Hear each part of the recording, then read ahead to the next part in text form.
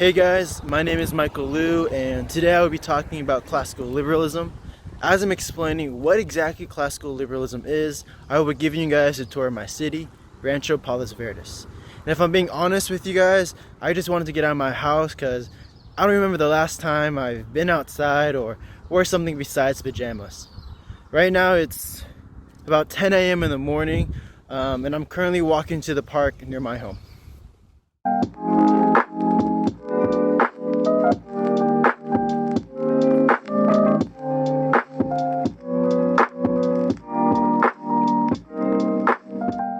Right now, let's talk about what is classical liberalism. Again, if I'm being completely honest, I thought that classical liberalism and liberals today were the same thing. Now you take one thing from this video, it's this. They aren't. Classical liberalism is a political theory that was developed in the early 19th century and represented the thinking of many of our founding fathers of the United States, including Adam Smith, John Locke, and Andrew Jackson. You should all know who those people are already. The three main ideas of John Locke, life, liberty, and property, were adopted by classical liberals and can be seen in the view of economics and the role of the government. To talk a little bit more about economics, I'm going to take you guys to my favorite restaurant on the hill.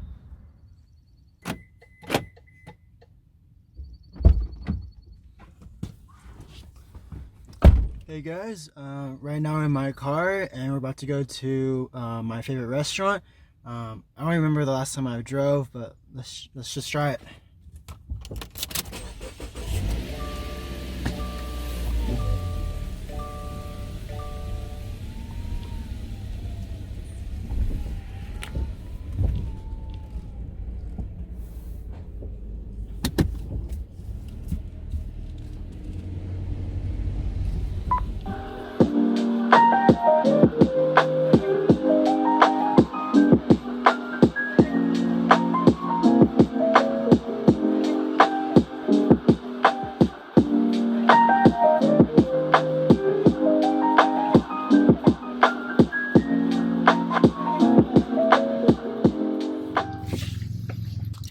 Right now, we are in a place called Malaga Cove.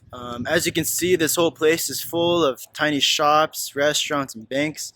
Before the coronavirus, it would have been nearly impossible to get a parking spot here, but it's actually relatively full today. Right over here is my favorite restaurant. It's called Malaga Cove Market, and they sell the best hamburgers and sandwiches in the city. They're almost, and I say almost, as good as the Lair. So let's take a seat and talk a little bit more about classical liberalism. Classical liberals have an emphasis on economic freedom. What this means is that individuals are free to invent and produce new products and processes, create and maintain wealth, and trade freely with others. Protectionism is inefficient and only harms the economy.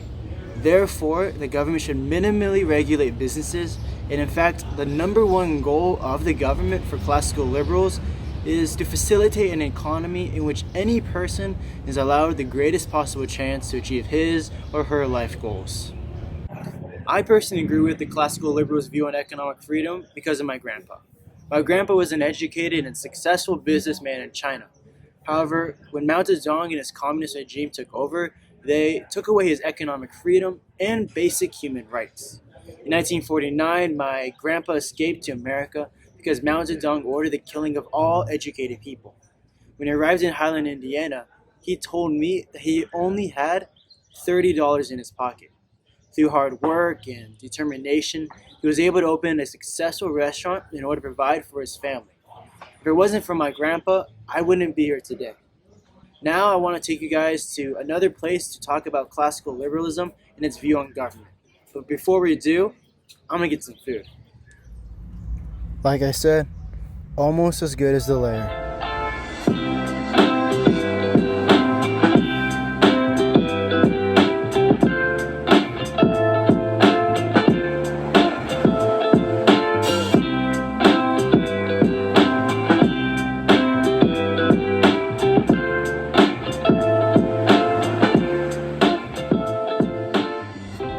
Here we're at the city council of my city. I would give you guys a tour, but it's pretty ugly, not gonna lie. Classical liberalism believes that governments were created by the people for the purpose of minimizing conflict between individuals.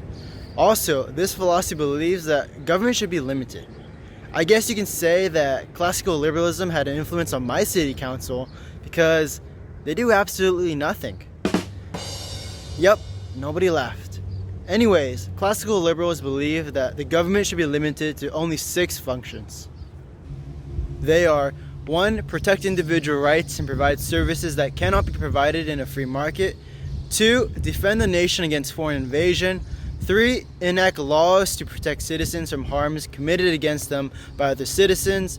4. Provide a stable currency. 5. Build and maintain public roads, communication systems, and postal services. And 6. Protecting the basic human rights written in the Bill of Rights. I think the reason why I think a limited government is best for society is because growing up, I would always hear my parents and teachers talk about how much they hate the government, how the government doesn't care about you, and how all politicians are corrupt. Their perspective on the government definitely influenced my negative opinion on the government today.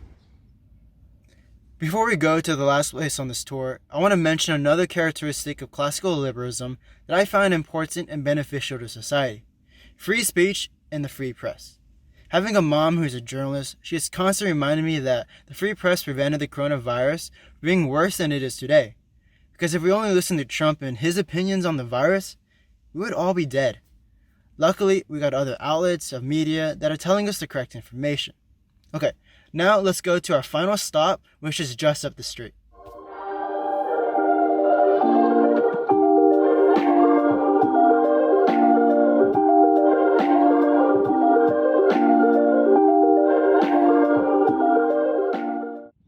This is one of my favorite places to go in the city. Here, I want to talk about gun control. I couldn't think of a place in the city to represent gun control, so I chose this place because of the view. Gun control is a heated topic in the political climate today. Because classical liberalism favors a limited government, fewer regulations are best. This includes minimal gun control. Classical liberals believe this because the Second Amendment to the United States Constitution protects an individual's right to keep and bear arms. In regard to normative implementations of this belief, I believe it's a great idea. On paper, everyone should have the right to own a gun, because it's a natural right given by the Constitution. However, freedom comes with responsibility. The responsibility of owning a gun includes safe handling and not shooting other people, because shooting other people kind of trespasses on other people's right to life. Some people should not be trusted to uphold this responsibility. This is due to potential mental illnesses or previous issues with the law in regards to violence.